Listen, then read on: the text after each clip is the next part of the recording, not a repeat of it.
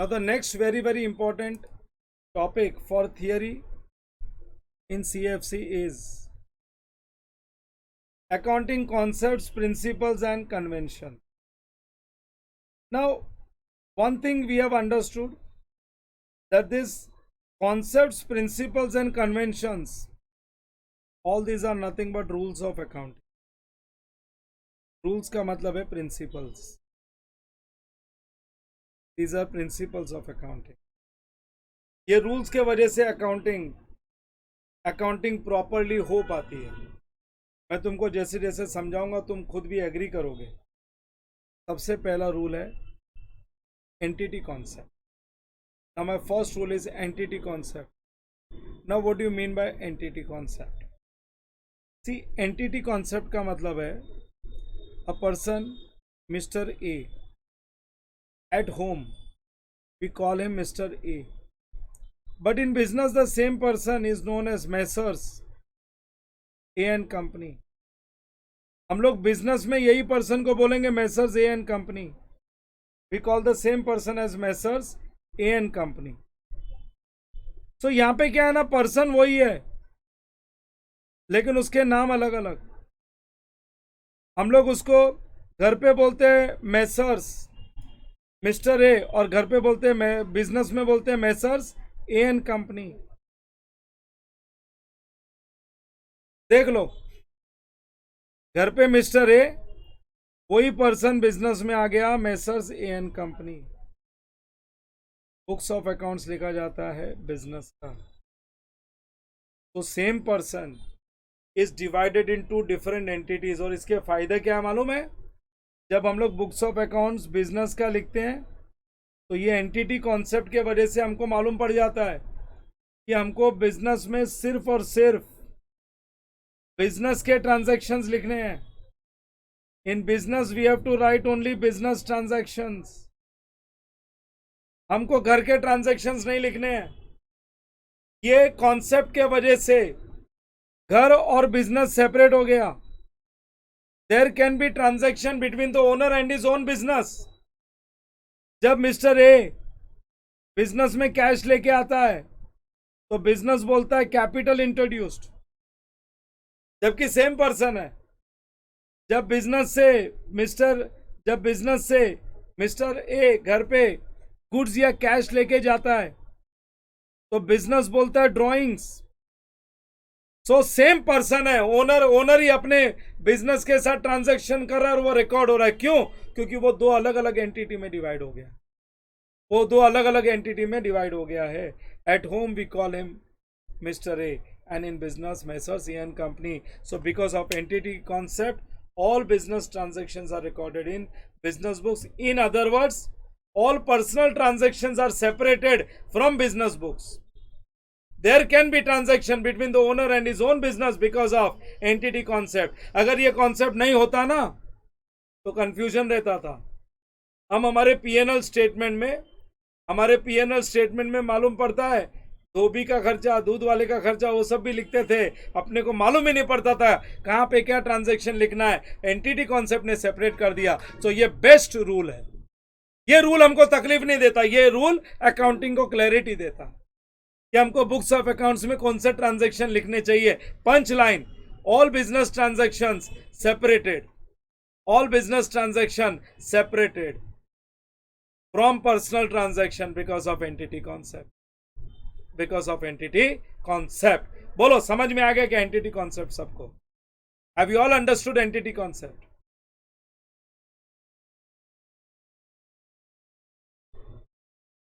मेरे ऐप पे होगा, सब मेरे ऐप पे होगा. It will be on my app as usual, जैसे तुम दे रहे थे. चलो देखो आगे. नाउ एंटिटी कॉन्सेप्ट के बाद जो नेक्स्ट कॉन्सेप्ट करना चाहिए ऑर्डर में, वो ये करना चाहिए dual aspect concept. I have written here dual aspect concept. देख लो, मैंने एंटिटी कॉन्सेप्ट करा दिया. All personal transactions separated from business transactions because of entity concept. There can be transaction between the owner and his own business because of entity concept. Now comes dual aspect concept. Entity concept ने घर और business को अलग किया और हमको यह बता दिया कि हमको बिजनेस के बुक्स में सिर्फ और सिर्फ बिजनेस के ही ट्रांजैक्शंस लिखने चाहिए, लेकिन वो ट्रांजैक्शंस को कैसे लिखने चाहिए, how to record this transactions, ये हमको बताता है dual aspect concept. Dual aspect concept बोलता है in accounts for everything there are two effects. One effect is known as debit effect, another is known as credit effect. For all transactions, जो भी पैसों का लेन देन एक्सचेंज ऑफ मनी या money is worth है, उसका डबल इफेक्ट होगा, एंड वो डबल इफेक्ट है डेबिट और credit. These are nothing but plus और minus of accounting. There can be no debit without credit, there can be no credit without debit, or vice versa. For every debit there has to be corresponding credit, and because of this dual aspect concept, in my balance sheet, capital plus liabilities, we get assets. Because of this dual aspect concept, my trial balance gets tallied and I get an accounting equation, and because of this accounting equation my balance sheet is tallied. What is my accounting equation? Capital plus liabilities is equal to asset. Capital plus liabilities is equal to asset because capital contributes some assets, liabilities has got some assets contributed. So capital plus liabilities is equal to asset. In short, we follow double entry system of account. Dual aspect concept का मतलब होता है double entry system of accounting. So how to record a transaction? By following double entry system. By following double entry system, that is what is dual aspect concept. अगर ये system follow ही नहीं होता, ये अगर हमने ये रूल बनाया ही नहीं होता, तो सोचो बुक्स ऑफ अकाउंट्स में हम टैली वर्ड ही नहीं सीखते. हम टैली क्या करते हैं? डेबिट और क्रेडिट साइड ही टैली करते हैं. हर एक ट्रांजैक्शन का डबल इफेक्ट होता है, अपने पे, दूसरे पे नहीं देखने का. अपने पे अगर आज मैंने कुछ खरीदा, गुड्स खरीदा, तो गुड्स आया, पैसा गया, यह जाने वाला है. बेचा तो गुड्स गया, पैसा आने वाला, यह आ गया. मेरे पे डबल इफेक्ट होता है. उसके वजह से मेरा अकाउंट्स ट्रायल बैलेंस टैली होता है, balance sheet gets tally. So this is what is dual aspect concept, and dual aspect concept give us accounting equation. What is accounting equation? Capital plus liabilities is equal to asset. In exam you may be asked a question, capital plus liabilities is equal to asset, as per which concept? Your answer should be dual aspect concept. Capital 100 plus liability 100, so asset has to be 200. या फिर हो सकता है asset minus liabilities is equal to capital, चलेगा.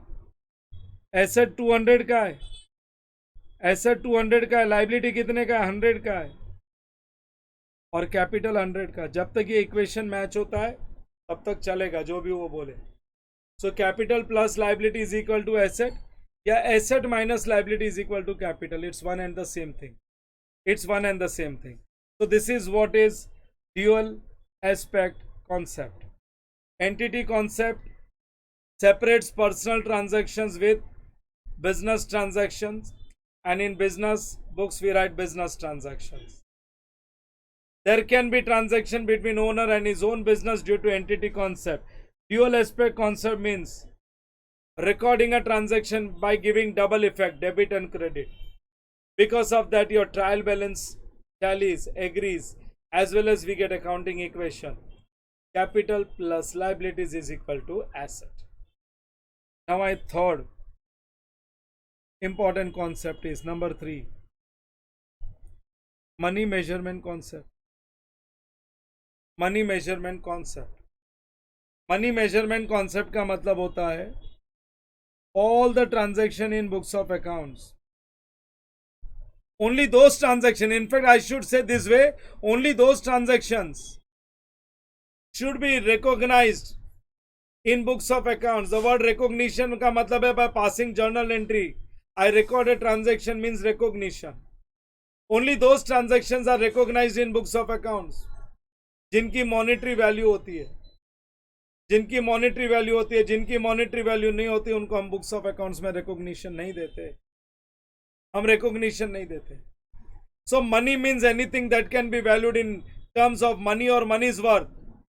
इसका मतलब ये नहीं कि एक्सचेंज ऑफ कैश होना चाहिए कि मैंने 100 का नोट दिया, तुमने 10-10 के 10 नोट दिया, वही एक्सचेंज ऑफ मनी नहीं हुआ। एक्सचेंज ऑफ मनी का मतलब होता है, मनी का डेफिनेशन है एनी आइटम और कमोडिटी जिसकी मॉनेटरी वैल्यू है। आज मैं मेरी साइकिल देके स्कूटर ले रहा हूं, बार्टर एक्सचेंज है।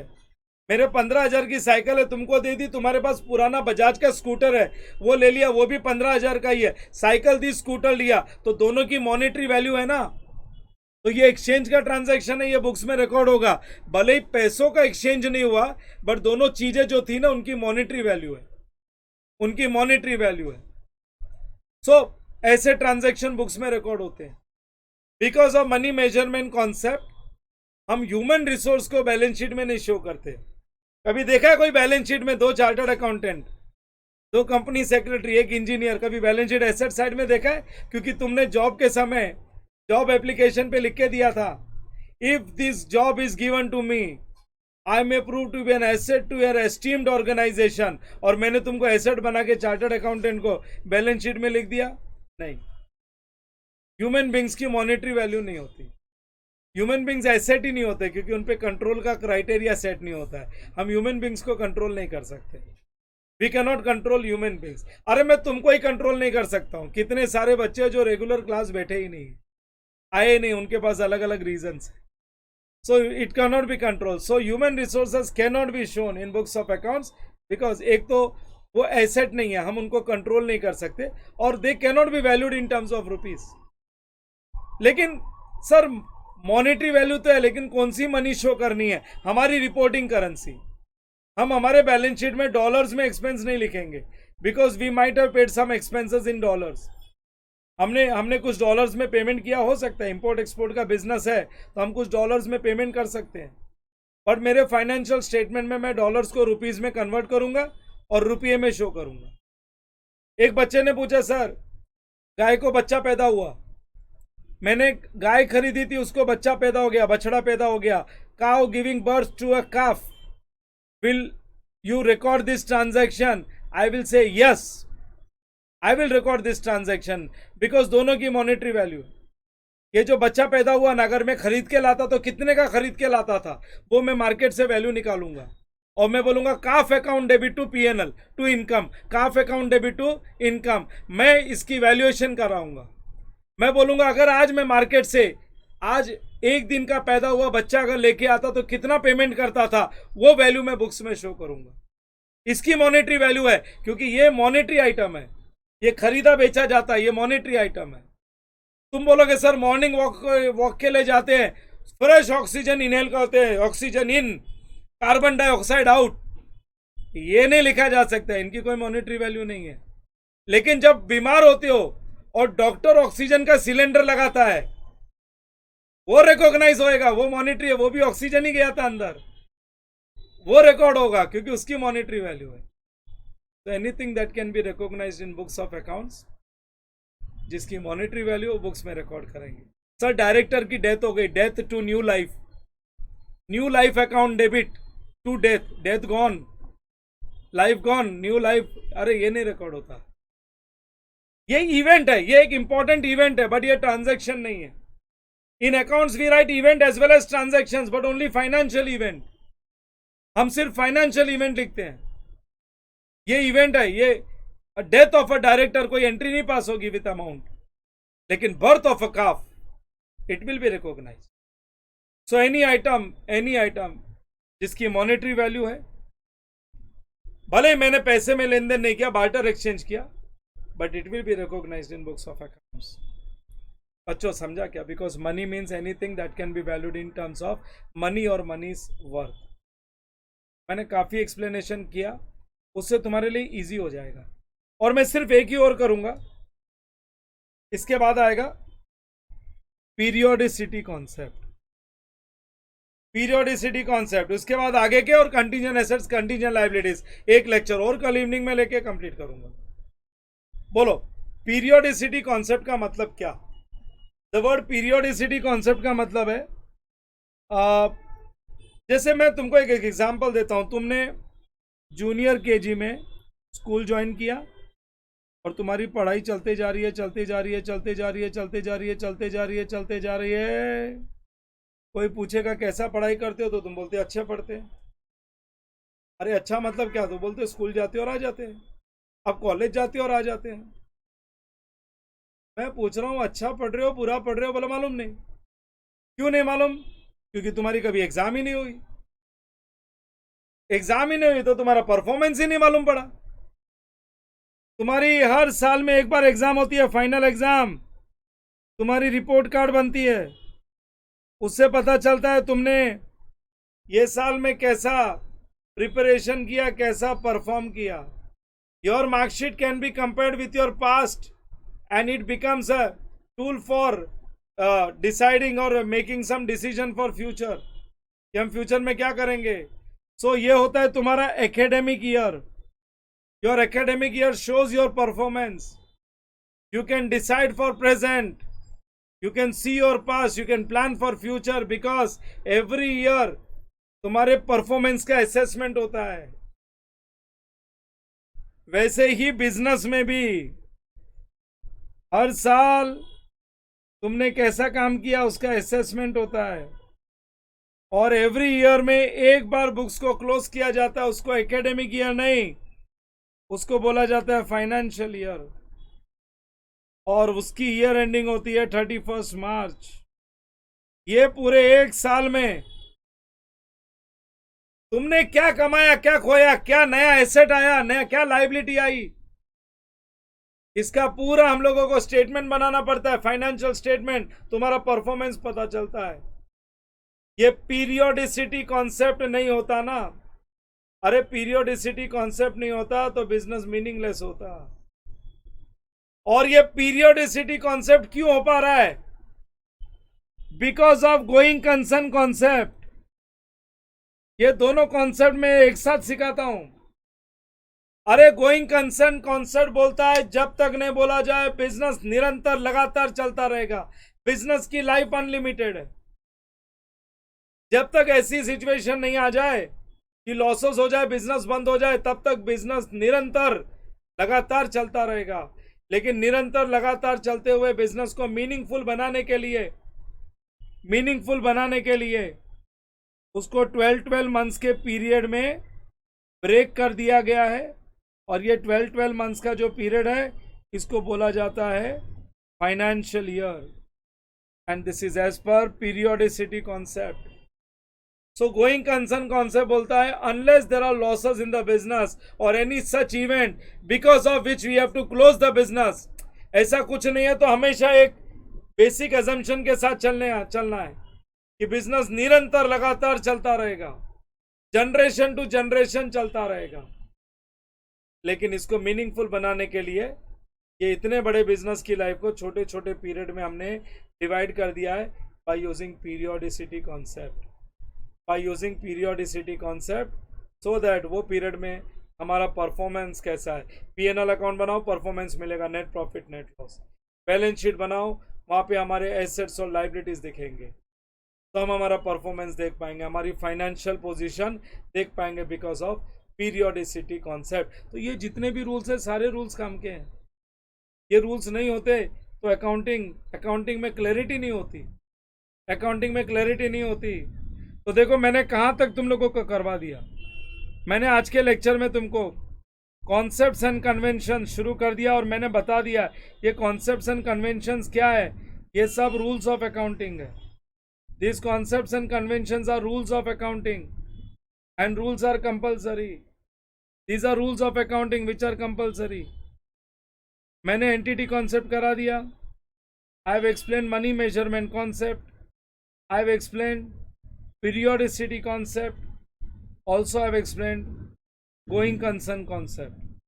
And I have explained one more is dual aspect concept. Before winding up today's lecture, fundamental accounting assumptions. इनमें से ये इतने सारे जो कॉन्सेप्ट्स कन्वेंशंस लिखे हैं ना, इसमें going concern, accrual and consistency. Going concern एक ये, फिर है एक्रूअल कॉन्सेप्ट ये, और एक consistency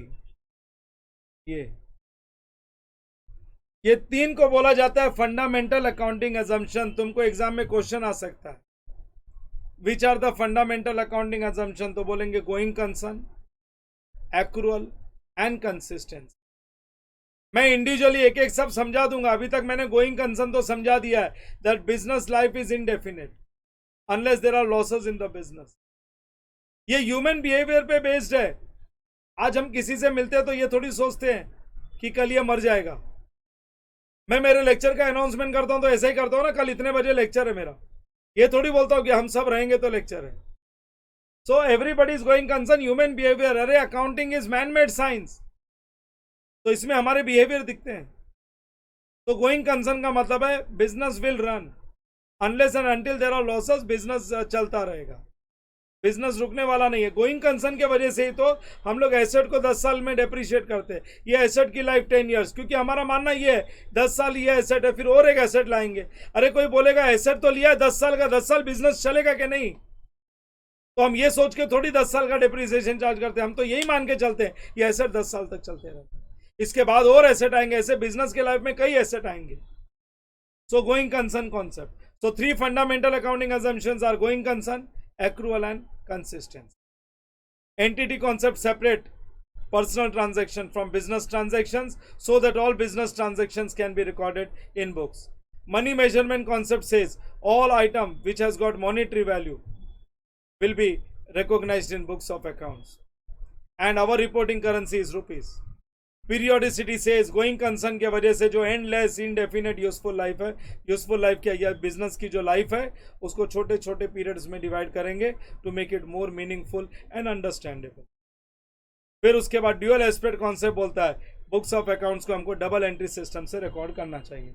we should record double entry system, we should record books of accounts by following double entry system. हम डबल एंट्री सिस्टम फॉलो करेंगे books of accounts बनाने के लिए। आज का मैं सेशन यहाँ पे स्टॉप करूंगा, ज़्यादा ओवरबर्डन नहीं, अगले सेशन में अच्छे से हो जाएगा। जो रिमेनिंग पार्ट है कॉन्सेप्ट्स कन्वेंशंस के भी, और मैं साथ में ये भी बता दूंगा अब ये पढ़ना किधर से है। अभी मैं खाली समझा रहा हूँ, कहाँ से पढ़ना है वो भी बता दूंगा। तो कल के सेशन में ये कंप्लीट हो जाएगा, contingent asset, contingent liabilities, that's it, उतना हो गया। Your theory part is done, your theory part is done. So we will end up our session here.